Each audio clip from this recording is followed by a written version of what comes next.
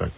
Our next guest was crowned Miss America 9 years ago. And since then, Nicole Johnson has written 4 books, including her autobiography. And she's been an international diabetes advocate, hosting a talk show called D-Life about the subject. Nicole Johnson was diagnosed with type 1 diabetes back in 1993. Now she operates her own foundation to address gaps in diabetes education. Please welcome Nicole Johnson. Hi. Nice to have you here. Thanks for letting me be here. Looking beautiful as ever. Yes. Oh, gosh. Well, thank you. Can't believe it's been 9 years since you were crowned Miss America. I can't either. And sometimes, in other ways, it feels like a lifetime. But so many great things have happened in the past decade with diabetes awareness and diabetes care. And, you know, it's funny, over 15 years ago when I was diagnosed, so little was known. And now we hear about it nearly every day. But yet there's still so much need. That was type 1, and you were 19 at the time. But now we're basically talking about type 2 adult onset. Right. And pre-diabetes, you know, and we're here because this is Alert Week.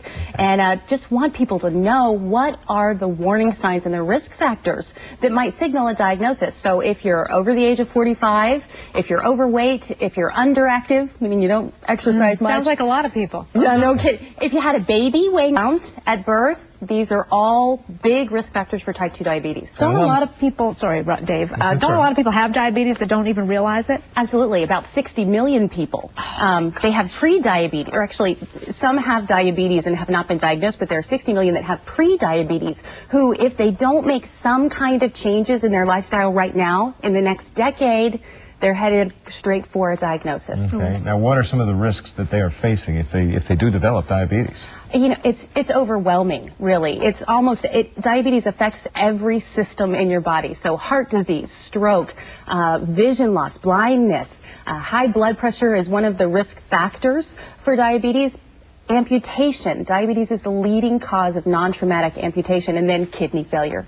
So really everything is affected. And there are some simple steps that we all can take to be in better health and in better control if we already have diabetes. And that's walking every day, watching what you eat, cutting down on those carbs, and definitely is going for those well checkups with your doctor. Okay, so for people who are living with diabetes now, you say that there are 5 tips for being healthy with diabetes, right? And you say eat fresh vegetables. Absolutely. You bulk up on as much fresh produce as you can. Fruits, you have to be a little bit worrisome about or cognizant of the carb content that's in those fruits. But the vegetables, as many as you can eat, is great. Okay. And you say carry an emergency carbohydrate with you, I guess, in case your blood sugar drops. Absolutely. Whether that's a little box of raisins, like I just ate a minute ago, or some glucose tablets, something like that. Whatever has carbohydrates, at least 15 grams, can help you out.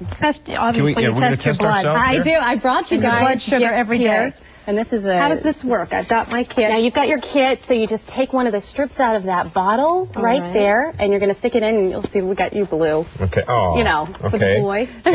Does this come out of here? Yeah. How do I? You can take it out. Oh, that's okay. We can do it with that. Oh, here it comes. And then what do we do? Oh. Put it out like that, and then you just take this little Lansing. It's already got a brand new needle in it for you. Okay. And I'll let you do it, or do you want me to do it? Where do I do it?